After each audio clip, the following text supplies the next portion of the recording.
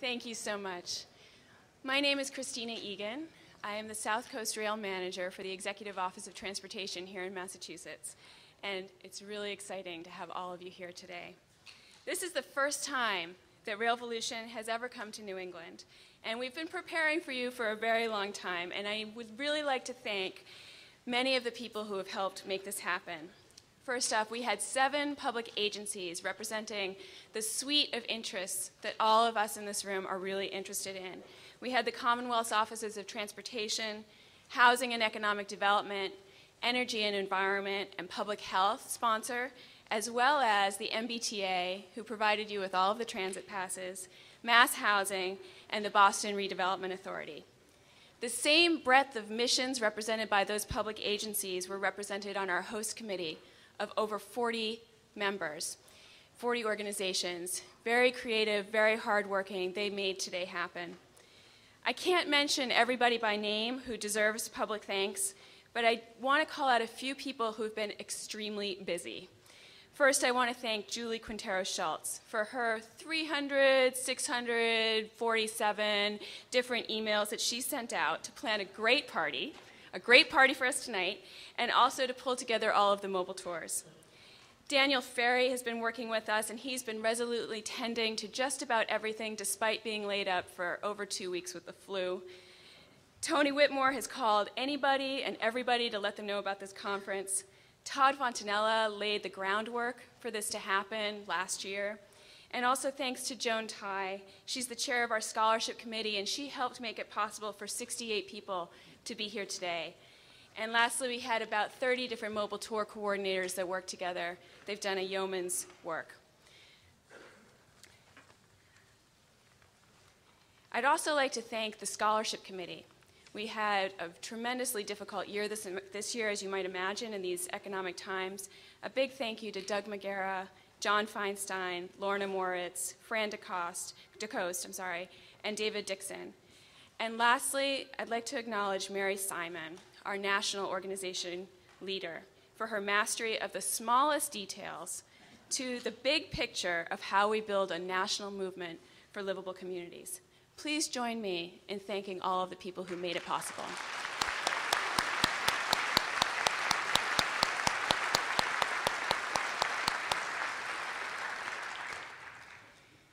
This is an extraordinary time for transit. We have a convergence of forces and trends that offer us tremendous opportunities to make great strides in the way we get around and the way we build our communities. Foremost, we have the national leadership that I've never seen the likeness of in my lifetime. The Obama administration has boldly committed to making rail a prominent part of this nation's future. And as the essential complement, the administration has created a high-profile partnership among agencies to promote livability. Second, we have an ever-growing awareness of climate change and an awareness of the urgency that we all have to act. Cities, towns, and states are rolling out innovative ways to lighten our impact on the atmosphere. And we all know that getting people out of cars and into livable communities is a big, albeit complicated, part of the solution. And last, there are countless people at the grassroots that are clamoring for more just and more vibrant communities. People want to spend less time in traffic jams and more time playing and relaxing in great places. There is a hunger for more community. I imagine that all of you are feeling these forces and seeing these trends in your work, in your communities, in your states, as I am. Here in New England, we're seeing old mill cities like Fall River and New Bedford that are working to reconnect their older neighborhoods, many of them environmental justice neighborhoods, with their waterfronts. They're seeking to dismantle highways that have created barriers in the same way that Boston has made itself whole again through the Big Dig project. In Maine, we're seeing the integration of transit and green. We saw this at the Saco train station yesterday on one of our mobile tours. There's not only a visible wind turbine there, but there's also geothermal, and all of their furniture is made from locally reclaimed wood. And I also see these hopeful trends vividly in my own work in planning a new 50-mile rail extension from Boston south. There's been unprecedented collaboration that's enabled 31 cities and towns in the South Coast to come together in anticipation of the new rail to create a regional vision to grow the economy, revitalize community, and all at the same time protect land. To support this blueprint, the Commonwealth of Massachusetts has adopted smart growth policy changes so that we can make the vision more into a plan and then into a reality. And I'm not sure that this would have been possible just a short while ago, but it's all happening today. More and more people are not just talking about building trains or constructing housing, they're talking in new ways that integrate these types of projects with climate solutions and social justice. And there are new people with new energy coming online every day helping make this happen. So in conclusion, I want to say it's just really hard not to feel excited about all the opportunities that we have to make these major strides forward. Our issues are on the front page, they're being talked about in town meeting, and they're being discussed even at the highest levels of Congress and in the White House. So I hope that you, in the next few days, can squeeze everything there is out of this conference and then get out there and seize the wave of opportunity that is before us. To help us do that, we have some extraordinary people on the program today. And we're going to start with a childhood hero of mine. When I was a girl, I remember watching him campaign on TV and being first inspired in my life to work for policy and to enter public service. He's a hero of our movement and a man who needs no further introduction. Please welcome Governor Michael Dukakis.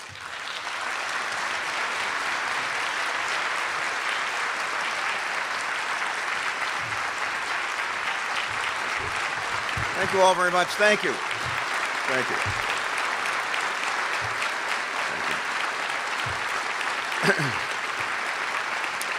Thanks, Kristina, very much, and thank you all. I've been given 5 minutes. Putting a retired politician in front of a microphone and giving him 5 minutes is impossible.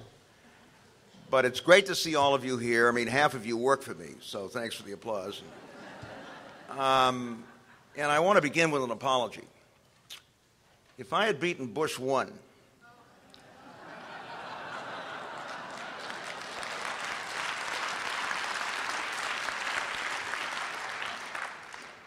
you'd have never heard of Bush 2, and we wouldn't be in this mess. So I apologize to you. I feel a personal responsibility for what's happened to this country over the past 8 years, and I hope we're coming out of it. Anyway, Kristina's asked me and Jim Aloisi to give you a little bit of background and history about this great city.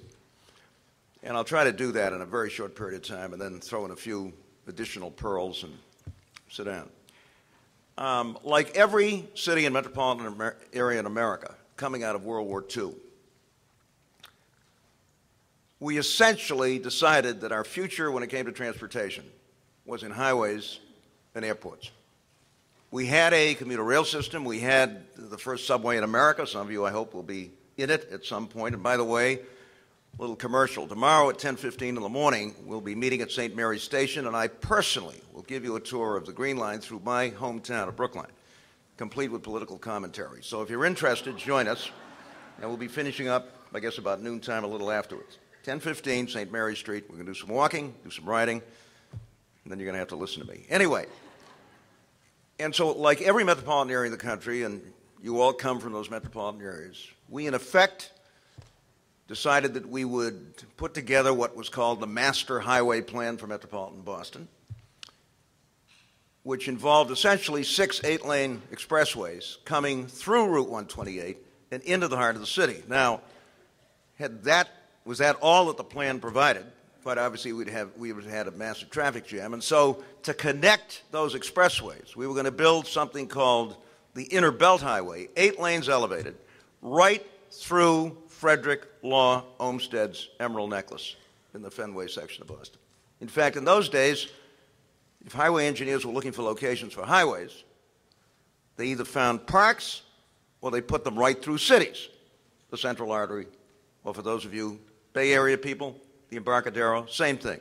And these were essentially cookie-cutter plans which were proposed for all of the metropolitan areas in this country. And once we had the Interstate Highway Program moving, Interstate Highway money was going to pay for that. Now, that's in sharp contrast, as all of you will recognize, to how Europe approached this problem, where they have excellent highway systems, but they all stop at a ring road several miles outside of the core of the city.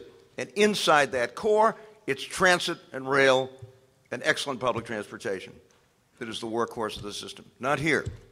Meantime, when I was a kid, the T was run by the Boston Elevated Street Railroad, a private monopoly, in effect. Like most of these systems, it went bankrupt. In fact, for those of you who are from San Francisco, if you wait long enough down the Embarcadero these days, you will see a Boston L wooden streetcar coming by, and or maybe a PCC, I can't remember, in any event. And so there was little or no public investment in our transit system, our commuter rail system, and of course, intercity rail was going to hell in a handbasket. And so when I was elected to the legislature in 1962, this was the planning orthodoxy of the time, here and elsewhere. And there were about 5 of us in the Massachusetts legislature who said, look, there's something wrong with this picture. We're going to destroy this great city, and by the way, we were in the process of doing so, tearing down historic structures and all of this kind of stuff, investing not a nickel in our public transportation system, and watching commuter rail and intercity rail simply fall apart. And so with a group of neighborhood activists, we began raising serious questions about the Master Highway Plan. It was a 10-year battle. And I'm happy to say we finally won it, and my predecessor, a Republican, a good Republican, named Francis Sargent, who had had something to do with creating the Master Highway Plan in the first place, did something which is very tough for a politician to do. He stopped, he listened, he reflected, and he made a basic decision that that Master Highway Plan was wrong.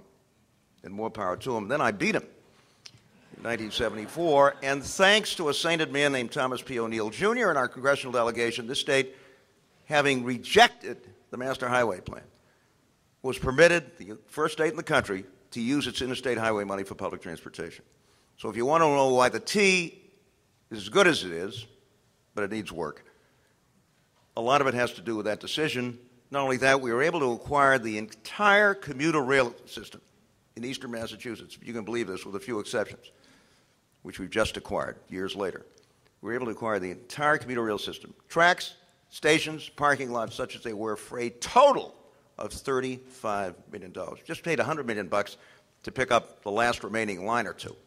$35 million for the entire system. And using interstate highway money, among other things, transformed it into a commuter rail network which now carries 150,000 people a day, just commuter rail. And it's not an exaggeration to say, folks, that had we not done that, this city would be a far cry from what it is today. And today, thanks to those decisions and those investments and the commitment of an awful lot of people, and some very good people I'm looking at who had an awful lot to do with making it happen, this city, I would argue, is probably the most successful city in America. And our one problem these days is getting too expensive to live in it because it's so successful. But there's an easy answer to that, as all of you know, and that is to build some decent, affordable housing. And there's no reason why we can't do that. Now, that's the quick history. And for those of you who join me on the Green Line, you'll get an earful. What's my concern? Not that I'm not excited. I mean, for the first time in my lifetime, we have a president of the United States who believes in this stuff, is committed to it, and wants to do something about it, and a bipartisan majority in the Congress, which even in advance of Obama gave us the best Amtrak bill we've ever had. And I don't think it's too much to suggest that maybe we ought to invest, say, the cost of a month in Iraq in intercity rail, and maybe the cost of another month of Iraq in a first-class public transit system all over America. But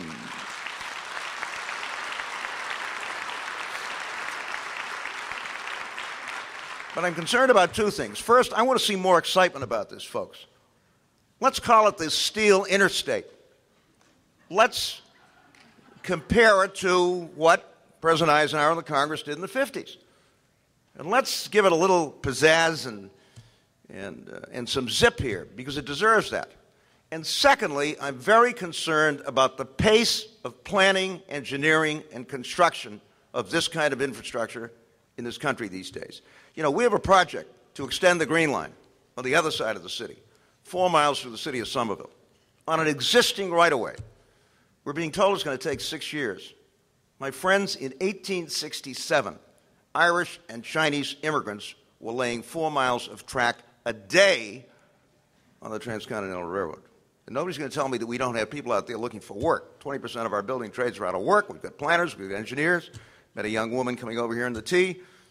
Terrific. Williams College, MIT, planning degree. She's looking for work. I told her I wouldn't embarrass her by telling you who she is, but if you meet Amanda Snout around here and you're looking for a terrific young planner, hire her. In any event, we have a lot to do. It's wonderful to see all of you. Thanks to Wendy Stern for making it possible for us to be here and to get Rail Volution to Boston. But I think that you have in this city and this metropolitan area a wonderful example of what happens when people stop, reflect, think, decide they're going in the wrong direction, and then fundamentally change course. That's what we did. And that's why you're going to have a fabulous weekend in this most special of cities, which for those of us who are of Greek descent is known as the Athena της Αμερικής. Any Greek speakers around here? Any Greek speakers? The Athena της Αμερικής? What did I say? The Athens of America. And that's what it is. Thank you all very much.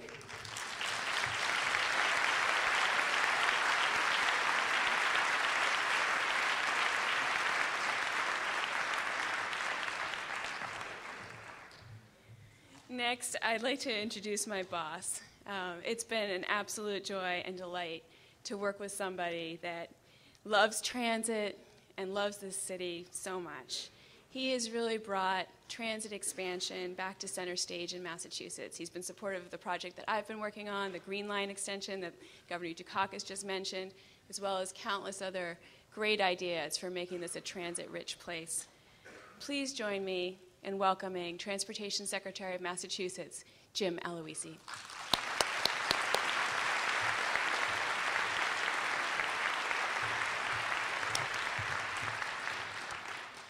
Thank you. This experience defines the phrase tough act to follow.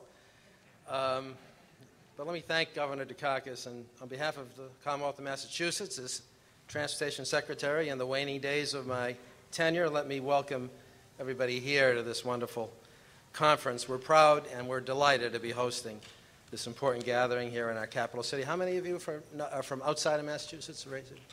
Wow. Thank you. Come back and spend money.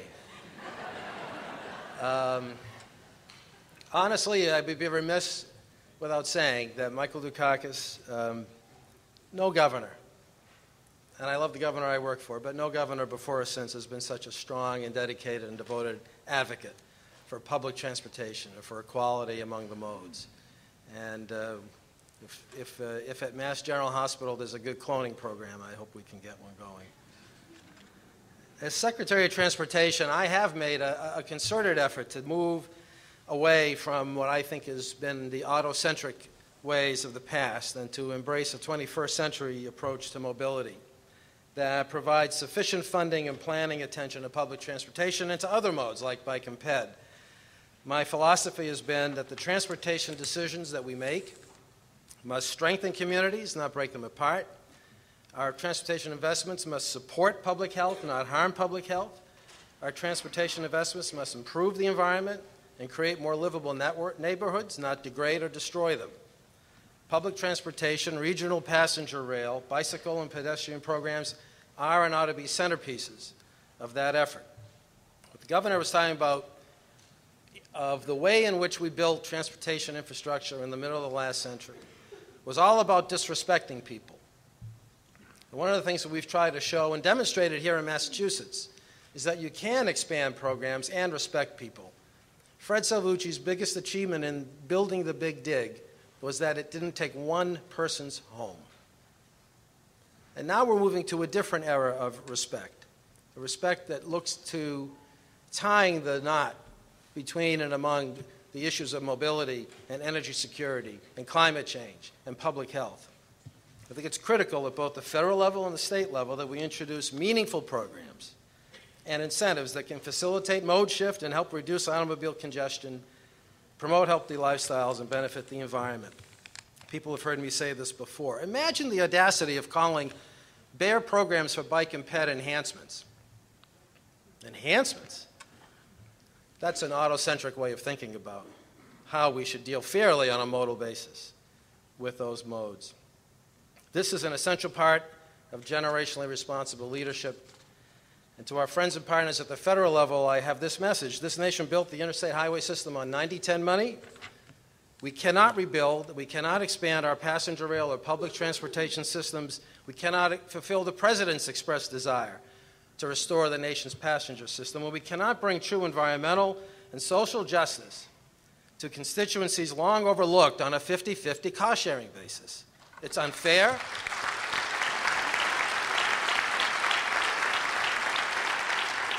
It's unfair, it's untenable, and states cannot afford a heavy lift. And so we have to have a return to 90-10, I'll take 80-20, as a cost-sharing platform. We must level the playing field in a way that meets the great policy and moral imperative of our time to connect the dots among improved mobility and energy security and climate change and air quality and social justice and public health. We cannot expect that our transportation choices to leverage economic growth and development will be successful if we don't connect those dots. Each of these imperatives is tied to a progressive transportation policy, one that alters, I think, in a fundamental way, the autocentric focus of the last century and allows us to explore the opportunities of this century. I want to mention that here in New England, good things are happening. We have taken a bold step forward by developing, what Governor Dukakis is prodding, actually, a historic regional rail plan, a plan that will connect every capital city in New England except Augusta, Maine, a plan that connects every of the region's major airports by passenger rail, a plan that will unify New England in a way that's actually unprecedented. And our regional rail plan is not just a vision, it's a reality. Some of you may have taken the Downeaster from Boston to Portland, Maine over the course of this convention. And a recent agreement between Massachusetts and Rhode Island now will allow us to extend commuter rail from Providence to T.F. Green Airport. So those are good things that are happening here, and they're happening, I'm sure, across the nation. Initiatives like our regional rail plan deserve support, and they embody a bold, forward-looking approach to establishing a true regional multimodal transportation system. I believe they will trigger economic growth and development, and more important, they will provide people, for the first time in a long time, with real mobility choices, meaningful mobility choices, choices that will fundamentally improve the quality of their lives.